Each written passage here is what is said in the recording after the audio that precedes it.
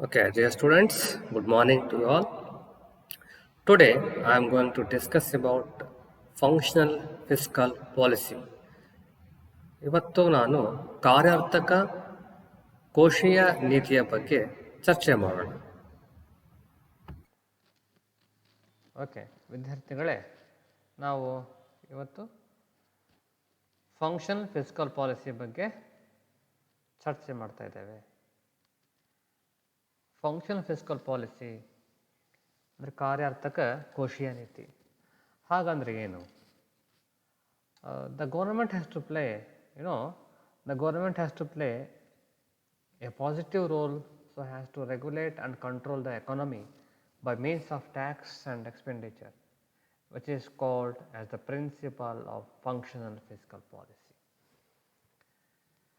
ನೋಡಿ, ಒಂದು ಸರ್ಕಾರವು ಒಂದು ದೇಶದ ಆರ್ಥಿಕ ಅಭಿವೃದ್ಧಿಯಲ್ಲಿ ಆರ್ಥಿಕ ಸ್ಥಿರತೆಯನ್ನು ಕಾಪಾಡುವ ನಿಟ್ಟಿನಲ್ಲಿ ಪ್ರಮುಖ ಪಾತ್ರವನ್ನು ವಹಿಸ್ತದೆ. ಮತ್ತು ಸರ್ಕಾರ ಬಳಿರ್ತಕ್ಕಂಥ ಸಾಧನಗಳು ಯಾವುವು ಅಂದರೆ ಅದರ ತೆರಿಗೆ ಮತ್ತು ವೆಚ್ಚದ ನೀತಿಗಳು.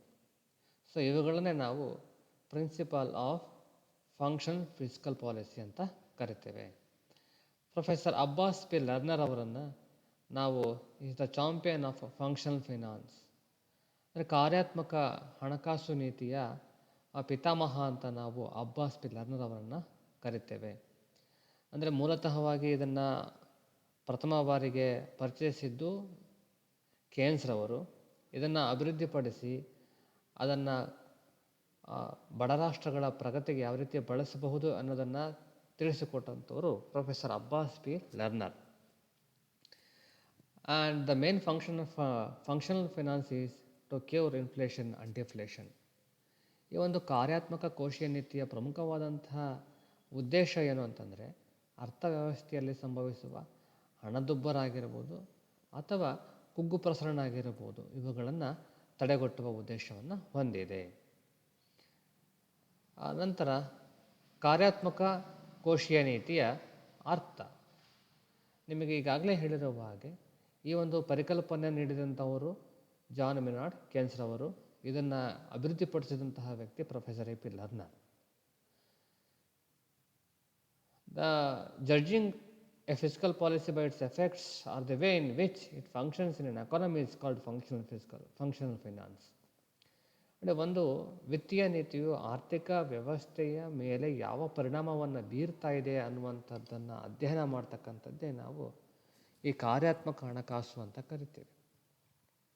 ವಿತ್ತೀಯ ನೀತಿಯು ಆರ್ಥಿಕ ಸ್ಥಿರತೆಯ ಮೇಲೆ ಯಾವ ರೀತಿ ಪರಿಣಾಮ ಬೀರ್ತಾ ಇದೆ, ಪೂರೈಕೆ, ಸರಕುಗಳ ಪೂರೈಕೆ ಮತ್ತು ಬೇಡಿಕೆ ಇವುಗಳ ನಡುವೆ ಸ್ಥಿರತೆ ಇದೆಯಾ, ಸಮತೋಲನ ಇದೆಯಾ. ಒಂದು ಆರ್ಥಿಕ ತೆರಿಗೆ ನೀತಿಯನ್ನೇ ನಾವು ಉದಾಹರಣೆಗೆ ತೆಗೆದುಕೊಂಡ್ರೆ ಈ ತೆರಿಗೆ ನೀತಿಯು ಆರ್ಥಿಕ ಅಭಿವೃದ್ಧಿಯ ಮೇಲೆ ಯಾವ ರೀತಿಯ ಪ್ರಭಾವ ಬೀರ್ತಾ ಇದೆ ಅನ್ನುವಂಥದ್ದನ್ನು ಅಧ್ಯಯನ ಮಾಡ್ತಕ್ಕಂಥದ್ದು. ಇನ್ನು the modern physical policy is a technique to attain and maintain the level of full employment by manipulating public expenditure and revenue in such a way so as to keep an equilibrium between effective demand and supply of goods and services at that time.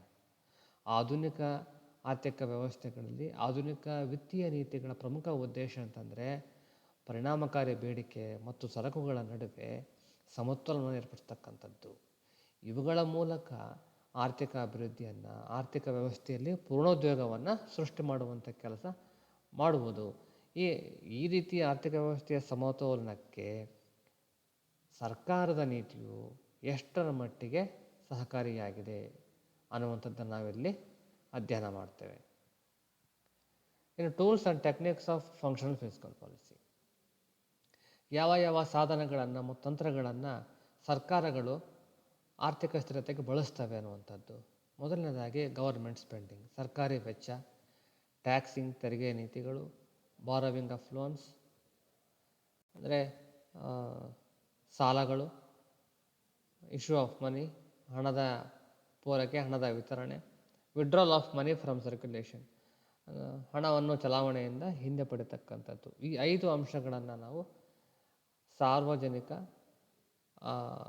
ವ್ಯವಸ್ಥೆ ಅಂದರೆ ಸರ್ಕಾರದ ಹಣಕಾಸು ನೀತಿಯ ಕಾರ್ಯಾತ್ಮಕ ಕೋಶೀಯ ನೀತಿಯ ಪ್ರಮುಖ ತಂತ್ರಗಳು ಮತ್ತು ಸಾಧನಗಳು ಅಂತ ನಾವು ಕರಿತೇವೆ. ಇಲ್ಲಿ ಒಂದೊಂದಾಗಿ ನಾವು ಚರ್ಚೆ ಮಾಡೋದಾದರೆ ಸರ್ಕಾರದ ವೆಚ್ಚ ಯಾವ ರೀತಿ ಇರಬೇಕು ಅನ್ನುವಂಥದ್ದು. ಸರ್ಕಾರವು ತಾನು ಮಾಡುವಂತಹ ವೆಚ್ಚ ಸದಾಕಾಲ ಅಂದರೆ ಅಭಿವೃದ್ಧಿ ಹೊಂದುತ್ತಿರುವ ದೇಶಗಳಲ್ಲಿ ಯಾವಾಗಲೂ ಅದು ಬಡವರ ಪರವಾಗಿ ಇರಬೇಕು ಅನ್ನೋಂಥದ್ದು. ಅಸಮಾನತೆಯ ವಿರುದ್ಧವಾಗಿ ಅದು ವೆಚ್ಚವನ್ನು ಮಾಡಬೇಕು. ಸಮಾನತೆಯನ್ನು ಸೃಷ್ಟಿಸುವ, ಆರ್ಥಿಕ ಸಮಾನತೆಯನ್ನು ಸೃಷ್ಟಿಸುವ ನಿಟ್ಟಿನಲ್ಲಿ ಸರ್ಕಾರ ವೆಚ್ಚ ಮಾಡಬೇಕು ಅನ್ನುವಂಥದ್ದು. ತೆರಿಗೆಯೂ ಕೂಡ ಹಾಗೆ. ತೆರಿಗೆ ನೀತಿಯಲ್ಲಿ ಸರ್ಕಾರವು ಅಧಿಕ ಆದಾಯವನ್ನು ಪಡೆಯುವಂಥವರಿಗೆ ಅಧಿಕ ತೆರಿಗೆಯನ್ನು ಮತ್ತು ಅಧಿಕ ತೆರಿಗೆಯನ್ನು ಪಡೆದಂಥದ್ದನ್ನು ಬಡವರ್ಗದವರ ಕಲ್ಯಾಣಕ್ಕಾಗಿ ಸುಖಿ ರಾಜ್ಯದ ಸ್ಥಾಪನೆಗಾಗಿ ಅದು ಬಳಸಬೇಕಾಗತ್ತೆ. ಇದು ಅದರ ತೆರಿಗೆ ನೀತಿ ಆಗಿರಬೇಕು. ಬಾರೋವಿಂಗ್ ಆಫ್ ಲೋನ್ಸ್, ಸರ್ಕಾರವು ಕೋಶೀಯ ನೀತಿಯಲ್ಲಿನ ಕೊರತೆ ಹಣವನ್ನು ಸರಿದೂಗಿಸ್ಲಿಕ್ಕಾಗಿ ಸಾಲವನ್ನು ಕೂಡ ಮಾಡಬೇಕಾಗ್ತದೆ. ಅದು ಆಂತರಿಕ ಸಾಲ ಆಗಿರ್ಬೋದು ಅಥವಾ ಬಾಹ್ಯ ಸಾಲವೇ ಆಗಿರ್ಬೋದು. ಯಾವ ರೀತಿ ಸಾಲ ಮಾಡೋದ್ರಿಂದ ದೇಶದ ಪ್ರಗತಿಗೆ ಪೂರಕವಾಗಿದೆ, ಆರ್ಥಿಕ ಅಭಿವೃದ್ಧಿಗೆ ಪೂರಕವಾಗಿದೆ ಅನ್ನುವಂಥದ್ದನ್ನು ಸರ್ಕಾರ ಯೋಚನೆ ಮಾಡಿ ನಿರ್ಧಾರವನ್ನು ತೆಗೆದುಕೊಳ್ಬೇಕಾಗ್ತದೆ. ಇಶ್ಯೂ ಆಫ್ ಮನಿ, ಅರ್ಥವ್ಯವಸ್ಥೆಯಲ್ಲಿ ಹಣದ ಕೊರತೆಯಿಂದ ವಸ್ತುಗಳು ಏನಾದರೂ ಬಡಜನರಿಗೆ, ಬಡವರ್ಗದವರಿಗೆ ಸಿಗ್ತಾ ಇಲ್ವಾ ಅನ್ನೋದನ್ನು ಗಮನಿಸಿ ಹಣವನ್ನು ಅದು ಪೂರೈಕೆ ಮಾಡೋದಕ್ಕೆ ವ್ಯವಸ್ಥೆ ಮಾಡಬೇಕಾಗುತ್ತೆ. ಹಾಗೆ withdrawal of money from circulation, ಈಗಾಗಲೇ ಚಲಾವಣೆಯಲ್ಲಿ ಇರ್ತಕ್ಕಂಥ ಹಣ ಏನಾದರೂ, ಹಣದ ಪೂರೈಕೆ ಏನಾದರೂ ವಸ್ತುಗಳಿಗಿಂತ ಹಣದ ಪೂರೈಕೆ ಜಾಸ್ತಿ ಇದೆ ಅಂತ ಸರ್ಕಾರದ ಗಮನಕ್ಕೆ ಬಂದರೆ ಹಣದ ಪೂರೈಕೆಯನ್ನು ಅದು ವಾಪಸ್ ತೆಗೆದುಕೊಳ್ಳಬಹುದು ಅನ್ನುವಂಥದ್ದು. ಈ ಎಲ್ಲ 5 ಅಂಶಗಳ ಮೂಲಕ ಸರ್ಕಾರವು ಆರ್ಥಿಕ ವ್ಯವಸ್ಥೆಯ ಸ್ಥಿರತೆಗೆ ಪ್ರಯತ್ನ ಮಾಡ್ತಾ ಇರುತ್ತೆ. ಇನ್ನು ಈ ಕಾರ್ಯಾತ್ಮಕ ಕೋಶೀಯ ನೀತಿಯ ನಿಯಮಗಳು. ಸೊ ಮೊದಲನೇ ನಿಯಮ ಏನು ಹೇಳುತ್ತೆ ಅಂದರೆ, to regulate spending in such a way so that the supply of goods and services may be absorbed at the current price. ಪ್ರಸ್ತುತ ಬೆಲೆಗಳಲ್ಲಿ ಈ ಸರಕು ಮತ್ತು ಸೇವೆಗಳು ಇವೆರಡೂ ಕೂಡ ಸಮನಾಗಿರಬೇಕು. ಎಷ್ಟು ಸರಕುಗಳು ಉತ್ಪಾದನೆ ಆಗುತ್ತೋ ಅಷ್ಟು ಮಾರಾಟ ಆಗಬೇಕು, ಎಷ್ಟು ಬೇಡಿಕೆ ಇದೆಯೋ ಅಷ್ಟು ಸರಕುಗಳು ಪೂರೈಕೆಯಾಗಬೇಕು. ಈ ರೀತಿಯಾಗಿ ಸರ್ಕಾರಿ ನಿಯಂತ್ರಣಗಳನ್ನು ಮಾಡಿ ಅವುಗಳನ್ನು ನಿರ್ವಹಣೆ ಮಾಡಬೇಕಾಗುತ್ತೆ ಸರ್ಕಾರ ಅಂತಕ್ಕಂಥದ್ದು ಈ ಕಾರ್ಯಾತ್ಮಕ ಕೋಶೀಯ ನೀತಿಯ ಮೂಲಕ. ಸೊ ಎರಡನೇ ಅಂಶ, ಕಾರ್ಯಾತ್ಮಕ ಕೋಶೀಯ ನೀತಿಯ ಮತ್ತೊಂದು ನಿಯಮ ಏನು ಅಂದರೆ, the second rule of functional physical policy is the purpose of borrowing is not to raise money but to make the public hold more bonds and less money.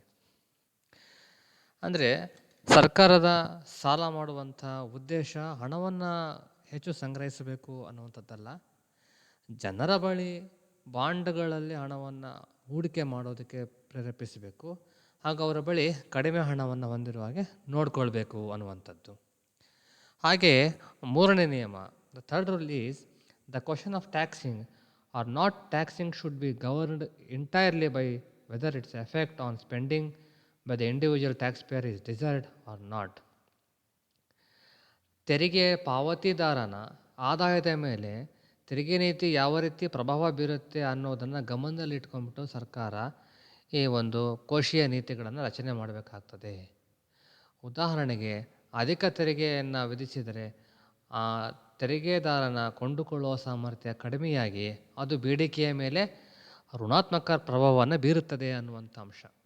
So ಈ ರೀತಿಯಾಗಿ ಸರ್ಕಾರವು ಈ ಕಾರ್ಯಾತ್ಮಕ ಕೋಶೀಯ ನೀತಿಯ ನಿಯಮವನ್ನು ಪಾಲನೆ ಮಾಡಬೇಕಾಗುತ್ತೆ. ಹಾಗೆ ನಾಲ್ಕನೇದು, an excess of government money outlays over the current money revenue of the government which cannot be met by public debt should be met by deficit finance, especially in period of depression. ಅಂದರೆ ಈ ಕುಗ್ಗು ಪ್ರಸರಣದ ಅವಧಿಯಲ್ಲಿ ಸರ್ಕಾರವು ತನ್ನ ಆದಾಯವನ್ನು ಹೆಚ್ಚು ಮಾಡುವ ಪ್ರಕ್ರಿಯೆಯಲ್ಲಿ ಸರ್ಕಾರಕ್ಕೆ ತನ್ನ ಆದಾಯವನ್ನು ಗರಿಷ್ಠಗೊಳಿಸುವಂತಹ ಉದ್ದೇಶ ಇರಬಾರ್ದು. ಅದರ ಉದ್ದೇಶ ಡೆಫಿಸಿಟ್ ಫೈನಾನ್ಸನ್ನು ಸರಿದೂಗಿಸುವಂಥ ಕೆಲಸಕ್ಕಾಗಿ ಸಾರ್ವಜನಿಕ ಸಾಲವನ್ನು ಪಡೆಯಬೇಕು. ಸಾರ್ವಜನಿಕ ಸಾಲದ ಮುಖ್ಯ ಉದ್ದೇಶ ಕೊರತೆ ಹಣಕಾಸಿನ ಸಮಸ್ಯೆಯನ್ನು ನಿವಾರಣೆ ಮಾಡಿಕೊಳ್ಳಿಕ್ಕೆ ಅನ್ನುವಂಥದ್ದು. ಹಾಗೆ ಮುಂದಿನ ಅಂಶ, ರೋಲ್ ಆಫ್ ಫಂಕ್ಷನಲ್ ಫೈನಾನ್ಸ್. ಈ ಕಾರ್ಯಾತ್ಮಕ ಹಣಕಾಸು ನೀತಿಯ ಒಂದು ಪಾತ್ರ ಯಾವ ಸನ್ನಿವೇಶದಲ್ಲಿ? ಎರಡು ಪ್ರಮುಖವಾದ ಸನ್ನಿವೇಶ ನಮ್ಮ ಕಣ್ಣಿಂದ ಬರ್ತದೆ. ಒಂದು, ಹಣದುಬ್ಬರದ ಸನ್ನಿವೇಶ, ಮತ್ತೊಂದು ಕುಗ್ಗು ಪ್ರಸರಣದ ಸನ್ನಿವೇಶ. ಹಣದುಬ್ಬರದ ಸನ್ನಿವೇಶದಲ್ಲಿ ಸರ್ಕಾರ ಏನು ಮಾಡಬೇಕು ಅನ್ನುವಂಥದ್ದು, when the inflation is the result of excessive private expenditure, government has to spend less. Government has to impose new taxes and raising the rates of existing taxes. Government should borrow from the public. Government may sell goods and services to public in greater amount.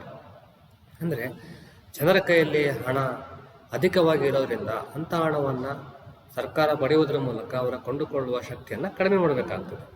ಆದ್ದರಿಂದ ಸರ್ಕಾರ ಏನು ಮಾಡಬೇಕು, ಸಾರ್ವಜನಿಕ ವೆಚ್ಚವನ್ನು ಕಡಿಮೆ ಮಾಡಬೇಕಾಗ್ತದೆ. ಹೊಸ ರೀತಿಯ ತೆರಿಗೆಯನ್ನು ವಿಧಿಸಬೇಕು, ಅಥವಾ ಈಗಾಗಲಿರ್ತಕ್ಕಂಥ ತೆರಿಗೆಯನ್ನು ಅಧಿಕಗೊಳಿಸ್ತಕ್ಕಂಥ ಕೆಲಸ. ಹಾಗೆ ಸರ್ಕಾರವು ಸಾಲವನ್ನು ಎತ್ತುವಂಥ ಕೆಲಸ, ಸಾರ್ವಜನಿಕ ಸಾಲವನ್ನು ಎತ್ತುವಂಥದ್ದು. ಹಾಗೆ ಸರ್ಕಾರವು ಜನರಿಗೆ ಅವಶ್ಯವಾದ ಸರಕುಗಳನ್ನು ಮತ್ತು ಸೇವೆಗಳನ್ನು ಅಧಿಕ ಮಟ್ಟದಲ್ಲಿ ಪೂರೈಸುವಂಥ ಕೆಲಸ ಮಾಡಬೇಕು. ಆ ಮೂಲಕ ವಸ್ತುವಿನ ಬೆಲೆಯನ್ನು ಕಡಿಮೆ ಮಾಡೋದಕ್ಕೆ ಸರ್ಕಾರ ಪ್ರಯತ್ನ ಮಾಡಬೇಕಾಗ್ತದೆ. ಇನ್ನು the role of functional finance in deflation. So when the deflation exists in the economy, the government has to reduce its tax rates. Government can increase its expenditure, and government can sanction subsidies and grants. The government can repay its debts, and the government has to submit its deficit budget. ಈ ಒಂದು ಕುಗ್ಗು ಪ್ರಸರಣದ ಅವಧಿಯಲ್ಲಿ ಸರ್ಕಾರವು ತೆರಿಗೆ ದರವನ್ನು ಕಡಿಮೆ ಮಾಡಬೇಕಾಗ್ತದೆ, ತನ್ನ ಸಾರ್ವಜನಿಕ ವೆಚ್ಚವನ್ನು ಅಧಿಕ ಮಾಡಬೇಕಾಗ್ತದೆ, ಜನರಿಗೆ ಸಬ್ಸಿಡಿ ಮತ್ತು ಈ ಅನುದಾನವನ್ನು ಸ್ಯಾಂಕ್ಷನ್ ಮಾಡಬೇಕಾಗ್ತದೆ, ಸಾರ್ವಜನಿಕ ಸಾಲವನ್ನು ಮರುಪಾವತಿ ಮಾಡುವಂಥ ಕೆಲಸವನ್ನು ಮಾಡ್ಬೋದು.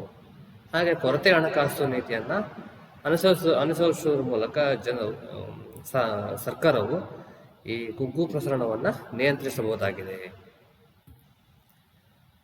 ಹಾಗೆ ಮತ್ತೊಂದು ಪ್ರಮುಖವಾದ ಅಂಶ ಅಂದರೆ, ಈ ಕ್ರಿಯಾತ್ಮಕ ಹಣಕಾಸು ನೀತಿಯು ಒಳಗೊಂಡಿರ್ತಕ್ಕಂಥ ಅಂಶಗಳು ಯಾವ್ಯಾವು ಅಂತೇಳಿ.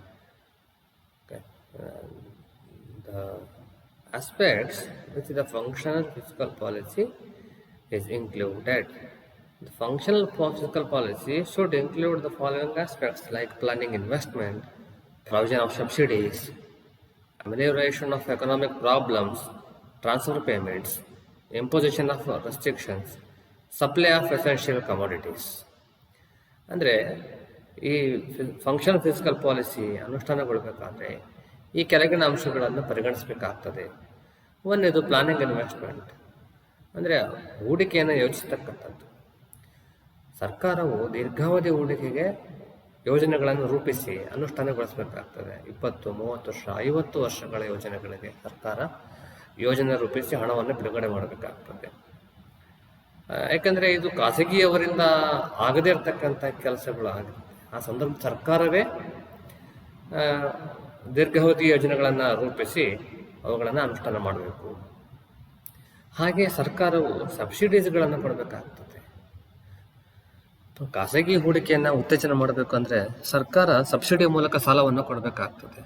ಆ ಮೂಲಕ ಖಾಸಗಿ ಹೂಡಿಕೆದಾರರು ಬಂಡವಾಳವನ್ನು ಹೂಡಿ ವಸ್ತುಗಳ ಉತ್ಪಾದನೆ ತೊಡಗುತ್ತಾರೆ ಅನ್ನುವಂಥದ್ದು. ಅಮೆಲಿಯರೇಷನ್ ಆಫ್ ಎಕನಾಮಿಕ್ ಪ್ರಾಬ್ಲಮ್ಸ್, ಅನೇಕ ಆರ್ಥಿಕ ಸಮಸ್ಯೆಗಳು ದೇಶದಲ್ಲಿ ಇರ್ತವೆ.